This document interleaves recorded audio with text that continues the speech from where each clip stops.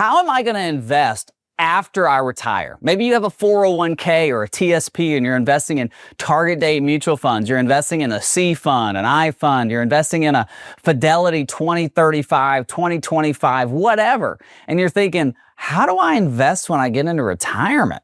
That's what we need to look at. And that's what we need to answer before we retire. All right, let's look at Jimmy and Sharon. Let's run through some sequence of return risk. Let's look at some incremental analysis. Let's look at some geometric averages to ask ourselves, how should we invest in retirement after we've retired? Because it's solely different. Like before retirement, you're like grow, grow, grow, grow, grow. But once you get to that point where you're like 12 to 24 months before you retire, you kind of get into like investment purgatory. Like you want to grow your money, but you don't want to lose any of it. So you're kind of like stuck and you're like, oh my gosh, like, what do I do? So let's look at that. How do we need to invest going towards retirement and then after we get into retirement? Now, I like to say when we're building out an investment portfolio, it's like building a house, right? You have a foundation, you have walls and a roof. Jesus said, the man who built his house on a firm foundation, on a rock, when the storms come, his house would still stand. So when the hurricanes, financial hurricanes come in, economic, healthcare hurricanes come in, are we built on the rock? That's what we need to look at. And you also need to build your life on Jesus too if you got those kind of issues, because let me tell you something, I would be dead or curled up in the corner if it wasn't for him. So let's look at this. Here is doing some, what I like to call sequence of return, incremental, and geometric. So for Jimmy and Sharon, our geometric average return that we're projecting out is 3.47%. Now, I'm hoping that we get a lot more than that. And what we can do, if we go to assets here, we can actually put in whatever rate of return that we want. Now, I'm not going to let you come tell me we put in 10% because you ain't going to make no 10%. I don't care if it's JEPI. I don't care what ETF you're buying right now. We ain't looking at 10 to 15% for the rest of your life. Now, if you get that, we'll high five and chest bump. But I'm going to project out a lower rate of return because I want to be conservative. So going into retirement, we're projecting out 5%. At retirement, we're projecting out 4%. So we go back to our market analysis and our geometric average is 3.47. It's a little bit less than 4 because the bank is at 2. But here you can see, now we've got retirement summary and we've got market comparison. Over here, retirement summary is like a CD, 4%, 4%, 4%, 4%. Over here's a market comparison. It's a sequence of return risk, which means that we've put a Monte Carlo analysis on here, randomized rates of return to see what would happen to their money. Now, this one you can see is really crappy. Okay, now what sequence of return risk is, I've said that a few times. I want to make sure you understand what I'm saying. Sequence of return risk is one of the biggest risks you'll face in retirement. It's the risk that you step into retirement and the market falls 10, 15, 20%. And all of a sudden your $1 million, your $500,000, your $200,000 is now $200,000 less, or $100,000 less, or $50,000 less. And you're like, oh my gosh, I'm using this bucket of money and now it's less $50,000 because the market's gone down. And then the market does it again the next year. And then the next year, like, Drew, that ain't gonna happen, don't worry. I go, hey, 2000, the market went down 3 years in a row. What are we gonna do? Sequence of return risk. We need to have a plan for that. Now, I also like to talk about reverse sequence of return risk.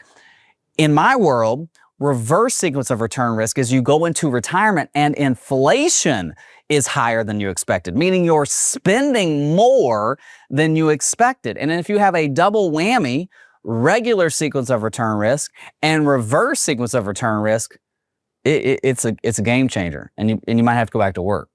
And so we need to look at this. So for Jimmy and Sharon, we're going to run randomized rates of return. Let's look at this. And let's see what happens to their overall retirement. Well, in this case, look at this. They're out of money at 73. We're projecting out them running out of money at 80. Now, there's a lot of things that we need to change in this plan. We need to make some adjustments. But you can see how that's a big deal, 7 years based on a sequence of return. Now, this one's a really crappy, right? There's like 1, 2, 3, 4, 5. Okay, so let's generate a new one and see what happens. This one looks a little bit better. We start off with 3 bad years, but we got a lot of green on the screen. We're still averaging the same, the 4%. We're just doing it more randomized. Okay, now let's see what it looks like. Again, out at 73, out at 80, making a solid 4%. So what this tells me is that we need to really try to trim off the volatility from their plan.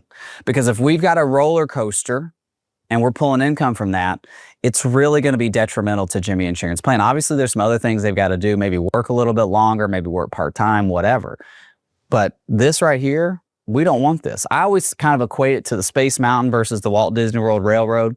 When you're on Space Mountain at Disney World, if you've ever ridden it, you walk in, it's dark, you're in the dark, you're in this like little 3-seater, and the whole time it's boom, boom, boom in the dark.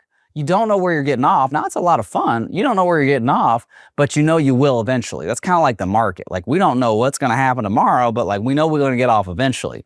What I have to help clients do is transition over to the Walt Disney World Railroad, which is more traditional. Like, we're getting off at Tomorrowland. We're getting off at Main Street. We're getting off at Frontierland. Like, we've got these set places that we're getting off, and we're not impacted by the volatility as much. Because what I don't want to see happen is you go into retirement and you're worried about the market. Look at this. Americans are more afraid of running out of money than death. Americans would rather die than run out of money. Let that sink in. Die. And so this is why we want to run all these analysis. This is why we want to look at healthcare. This is why we want to look at long-term care. I don't want you to run out of money. My job is to protect your ability to stay in retirement. Again, you need a financial EKG. Go to the description below. And so we've got to look at this.